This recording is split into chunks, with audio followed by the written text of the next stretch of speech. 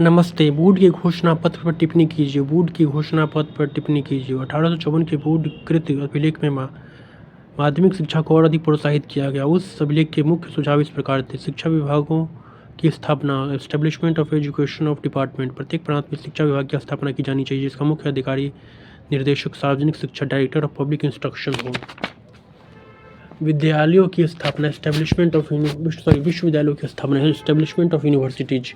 कलकत्ता, वर्तमान नाम कोलकाता, मुंबई, वर्तमान नाम मुंबई, बम्बई, वर्तमान नाम मुंबई, मद्रास, वर्तमान नाम चेन्नई जैसे प्रेसिडेंसी नगरों में विश्वविद्यालय की स्थापना की जानी चाहिए, और यदि आवश्यकता हो तो अन्य नगरों में भी विश्वविद्यालय स्थापित किए जाएं। उच्च विद्यालयों की स्थापना, एस्टेब्लिशमेंट ऑफ हाई स्कूल। देश में बहुत बड़ी संख्या में उच्च विद्यालयों की स्थापना की जानी चाहिए। सहायक अनुदान प्रणाली, ग्रांट इन एड सिस्टम। अध्यापकों के वेतन बढ़ाने, छात्रवृत्तियाँ स्थापित करने, पुस्तकालयों तथा भवनों के निर्माण के लिए शिक्षण संस्थाओं को सहायक अनुदान दिया जाना चाहिए। इन सुझावों को कार्यान्वित करने के लिए प्रांतों में शिक्षा विभाग स्थापित किए गए। 1857 में मुंबई, कोलकाता एवं चेन्नई में विश्वविद्यालयों की स्थापना की गई। इन विश्वविद्यालयों से उच्च शिक्षा का मार्ग प्रशस्त हो गया और मैट्रिक परीक्षा के द्वारा इन विश्वविद्यालयों ने माध्यमिक शिक्षा पर भी अपना अधिकार जमा लिया। माध्यमिक शिक्षा विश्वविद्यालयों के ही नियंत्रण में रही। सहायक अनुदान की प्रणाली आरंभ की गई और इससे कई विद्यालयों को लाभ पहुंचाया गया। परिणाम स्वरूप बहुत से माध्यमिक विद्यालय खुल गए। 1882 में सरकार ने अपने विद्यालयों की संख्या 1882 में सरकार ने अपने विद्यालयों की संख्या 1400 थी। अन्य प्राइवेट और ईसाई विद्यालयों को मिलाकर यह संख्या 4000 तक पहुंच गई। वुड के घोषणा पत्र पर टिप्पणी लिखिए। 1854 के वुड-कृत अभिलेख में वुड के घोषणा पत्र पर टिप्पणी लिखिए।